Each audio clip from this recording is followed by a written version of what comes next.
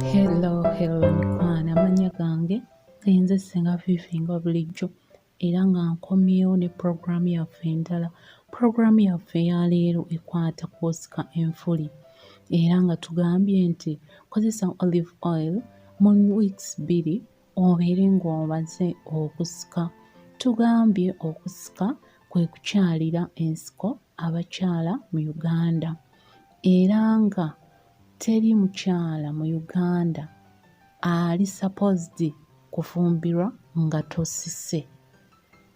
Mbeebaza okunsupportinga ku channel yange eno ya Ssenga Fifi era nga mbasaba nti mwongere okusubscribinga n'okulikinga.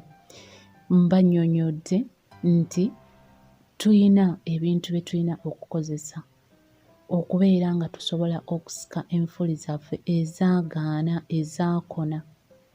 Tugenda kuzisika ziddewo era zibeerewo kubanga abakyala bangi mulemeddwa obufumbo olw'okuba nti tetusise.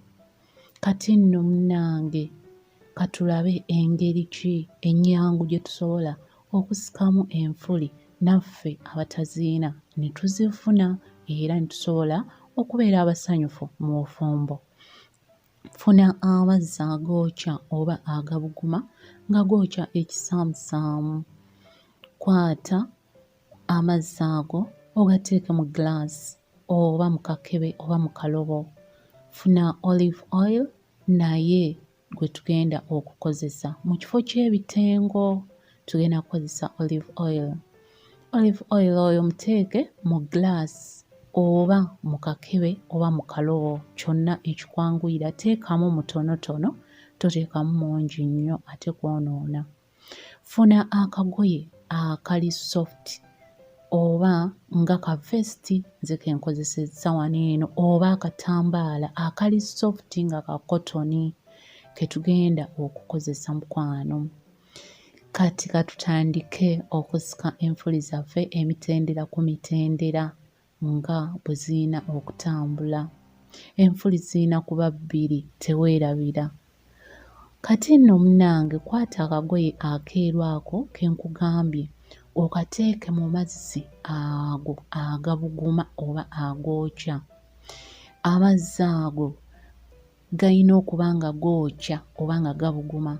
W'omala okuteekamu kwata akagoye ogende nga oyisa ku nfuli zaffe wooti nga azimasaaginga oba nga azikwatakwatako.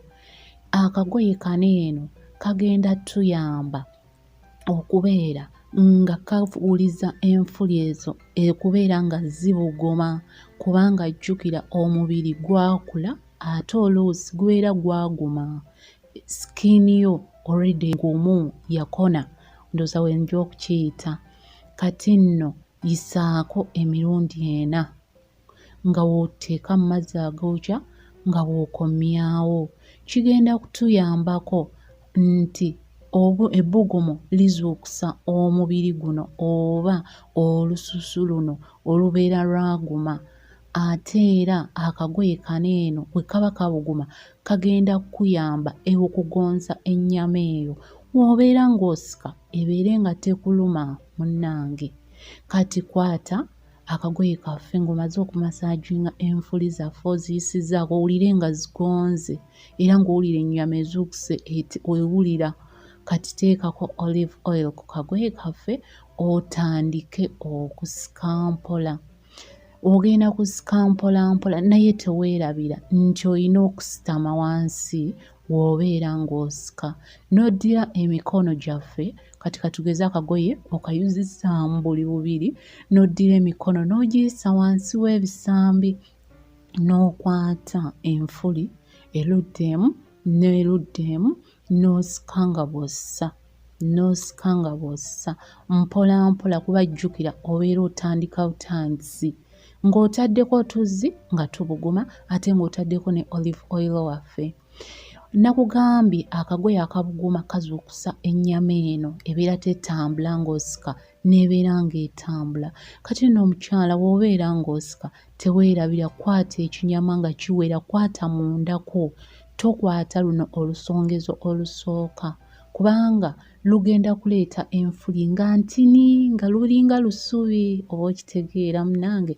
Kati kwata mundako bw'oti osike nga ozza wansi, naye kwasa engalo bbiri munda, then eno ensajja ebiriko ekigoye kyaffe kino ekibuguma obeere ng'osika.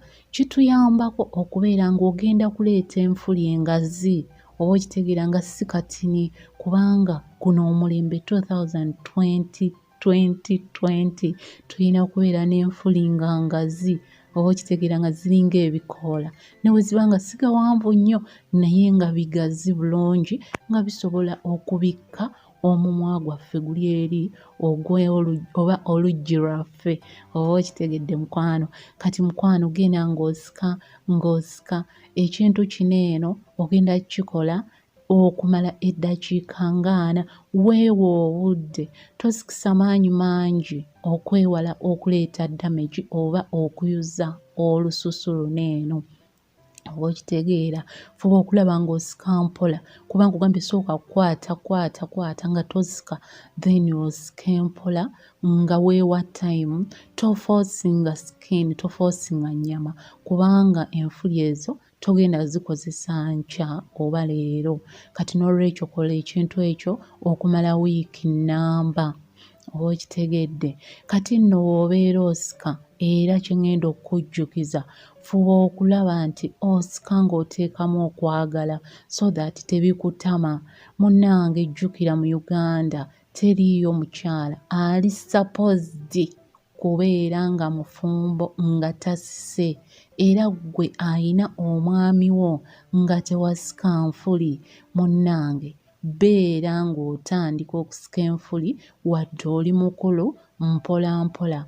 At least buli mukyala yandibaddeyooko n'enfuli ne bwe zibeera nga ntonotono, naye n'otabeera awo muwaatwa oba okitegeera, kubanga emigaso gy'enfuli twagimenye mu eri vidiyo eyasoose waggulu nti ziyambako okubeera nga ziholdinga oba nga zikwata omukira omwami waaba akuzina, zireeta obwagazi nga bweyongerako oba okitegeera. Era mukyala w'obeera osika ojja kubeera nga buli we weekwatayo ng'oyimaayima naye tokifaako, gwe genda mu maaso ng'okola ki, ng'osika. Teeka ku oil awera naddala enfuli obeere ng'osobola okugikwata. Akagoye katuyamba ogikwata n'enywera kuba bwe kutabaako kagoye ebeera eseerera. Bino ebintu bye nkulagiridde togenda kuwulira peyini yonna. Fuba okulaba ng'ogaziya mu ntandikwa kuba w'onaasika enfuli nga si ngazi ate ogenda kutuuka ate oddemu buto osike ng'ate ozigaziya. Ate w'onaaba ozigaziya awo ziba ziyina okkuluma oba okitegeera. N'olwekyo fuba okulaba ng'okikola lumu.